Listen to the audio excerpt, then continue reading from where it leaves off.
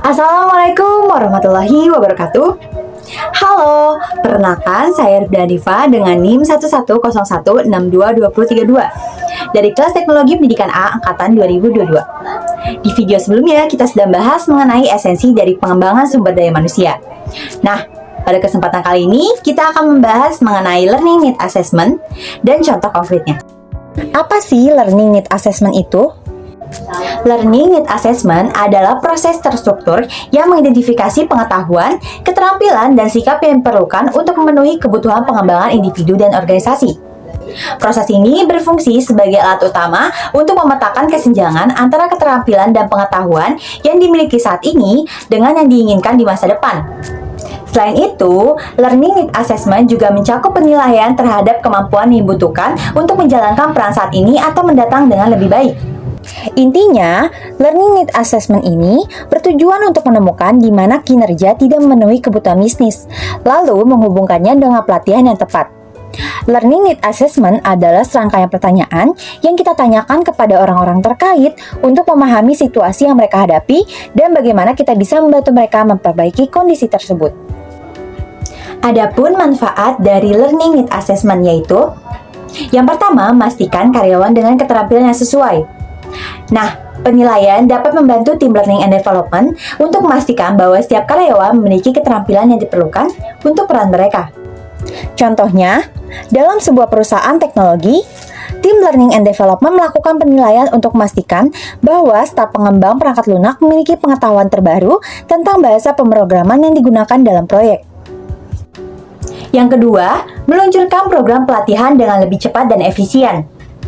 Nah, dengan memahami kebutuhan pelatihan, tim Learning and Development dapat merancang program yang lebih cepat dan juga efisien.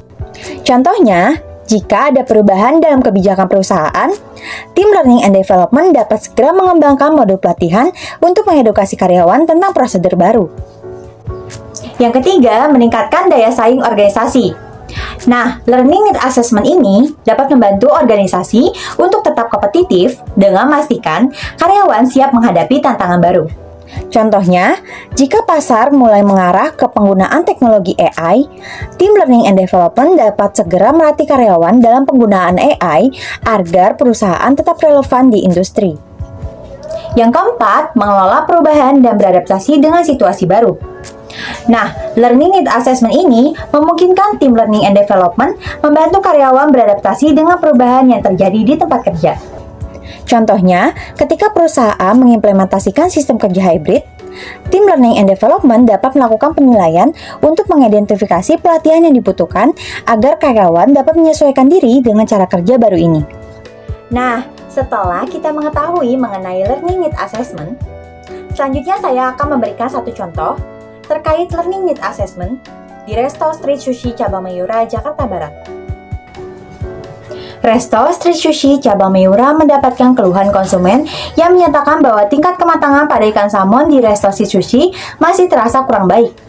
Harga yang ditawarkan juga terbilang mempunyai harga yang jauh lebih mahal dibandingkan pesaing lainnya. Serta kualitas pelayanan yang diberikan masih terbilang kurang baik dengan apa yang konsumen harapkan. Dampak ini juga memberikan pengaruh terhadap penjualan Resto Street Sushi yang harus menurun di setiap bulannya. Ditambah lagi dengan adanya banyak pesaing kompetitor sushi lainnya. Banyaknya persaingan di antara banyak restoran atau tempat makan yang menjadi masalah turunnya penjualan pada Resto Street Sushi Cabang Mayura. Berdasarkan permasalahan tersebut, adapun langkah-langkah dari Learning Need Assessment-nya yaitu: yang pertama, keterampilan apa yang diperlukan untuk maju?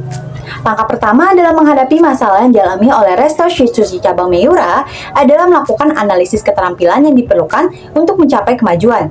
Hal ini dimulai dengan mengidentifikasi tujuan perusahaan yang meliputi peningkatan kualitas kematangan ikan salmon, perbaikan dalam pelayanan pelanggan, dan penciptaan nilai yang sebanding dengan harga yang ditawarkan. Keterampilan yang perlu dikembangkan mencakup teknik memasak yang tepat, pemahaman mendalam tentang bahan baku, keterampilan komunikasi yang efektif untuk memberikan layanan pelanggan yang memuaskan, serta kemampuan manajerial untuk mengelola tim secara efisien. Yang kedua, apa tingkat keterampilan saat ini?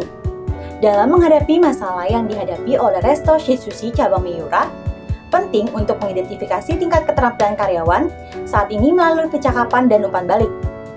Konsumen mengeluhkan kualitas ikan salmon yang tidak sesuai dengan harapan. sementara harga yang ditawarkan lebih tinggi dibandingkan pesaing. Oleh karena itu, penilaian terhadap keterampilan masak dan pelayanan karyawan menjadi krusial untuk meningkatkan kualitas produk dan layanan.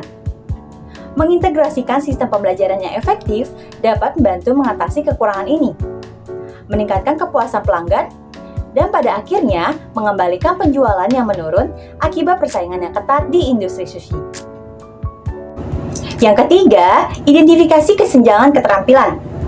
Untuk mengatasi masalah yang dihadapi oleh restoran sushi cabang Miura, penting untuk melakukan analisis keterampilan saat ini dibandingkan dengan keterampilan yang diperlukan untuk mencapai tujuan perusahaan. Keluhan tentang kematangan ikan salmon dan kualitas pelayanan menunjukkan adanya kesenjangan keterampilan dalam tim, baik dalam hal teknik masak maupun pelayanan pelanggan. Dengan memahami kebutuhan belajar dan pengembangan setiap anggota tim, manajemen dapat merancang program pelatihan yang sesuai untuk meningkatkan keterampilan ini. Yang keempat, bagaimana kesenjangan itu dapat ditutup melalui pembelajaran. Untuk meningkatkan kualitas makanan dan pelayanan restorasi sushi cabang Miura, pada tahap ini dilakukan dengan mencari chef berpengalaman dalam mengolah salmon dan evaluasi prosedur penyajian yang ada. Selanjutnya, tim menggunakan kursus online atau video tutorial sebagai sumber pembelajaran. Pelatihan akan disampaikan melalui webinar interaktif dengan panduan tertulis dan video tutorial. Yang terakhir, mengimplementasikan strategi pengembangan pembelajaran dan evaluasi. Untuk mengatasi masalah di restorasi sushi cabang Miura, seperti keluhan tentang kematangan ikan salmon, harga yang lebih tinggi dibandingkan pesaing, dan kualitas pelayanan yang kurang baik, langkah yang bisa diambil adalah mengembangkan program pelatihan yang tepat. Pilihlah platform pembelajaran yang dapat memantau dan menilai kemajuan staf dalam memasak salmon dengan baik. Setelah pelatihan, evaluasi perlu dilakukan dengan melihat kepuasan pelanggan dan penjualan untuk mengetahui apakah perbaikan yang sudah diterapkan berhasil. Mengumpulkan umpan balik dari pelanggan dan data penjualan juga akan membantu menyesuaikan program pelatihan agar kualitas makanan dan pelayanan semakin membaik. Nah, itulah penjelasan mengenai Learning Need Assessment dan contoh konkretnya. Terima kasih ya, sampai jumpa di video selanjutnya. Wassalamualaikum warahmatullahi wabarakatuh.